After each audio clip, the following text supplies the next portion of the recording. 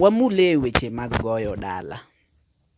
Wuoyi oromo dwa dhi goyo dala.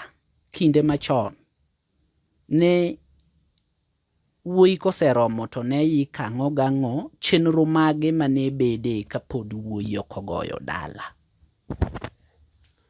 E ndalo ma kacha cha ma ok nonyuolwa to bende wayude. Kane wuodi dwa go dala, en kama wang' igole mana mos gotieno moro kata kowuotho to kone lo maloka cha ema dwani mondo idhi bedie. Koro ikori. Adwani mondo agoli oko kapod angima nyathina. To wuoyi ikore. Okone wuoyi ni dhi ng'iew le gi beti mari titong' yien achiel iketi e dhodi kanyo.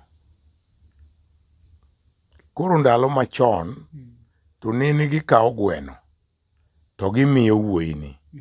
To wuoyi ni tero gweno e puodho kama kiny ogoye dala. To gweno no dhi twe kanyo.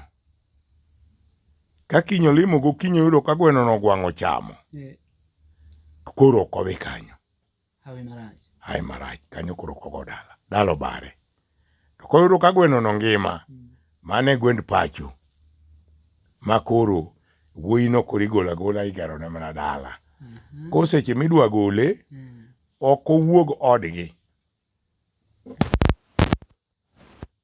Jaduong' idhi tilemo ne ode. Igole gi e ode.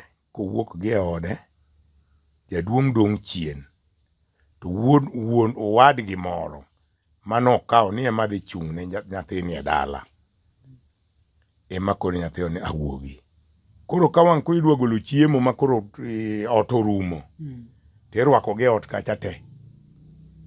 Kiserwako gi e ot kacha te timiyo gi chiemo kanyo gichiemo nyaka nyithinde, nyaka en gi jaode. Koro kipogo ji chiemo koro ka ji chiemo. Kato ji ke akeya. Koro iwene dala. Koro wetene ma koro budho go kanyo. In bende ok ibudh ahinya dalani kacha. Nikech nyaka pod iyaw ne nyathini no. Nikech en wuodi koro ogo dala. Koro igole. Itieko kwerne gi min gi. Mane kaka dala chalo.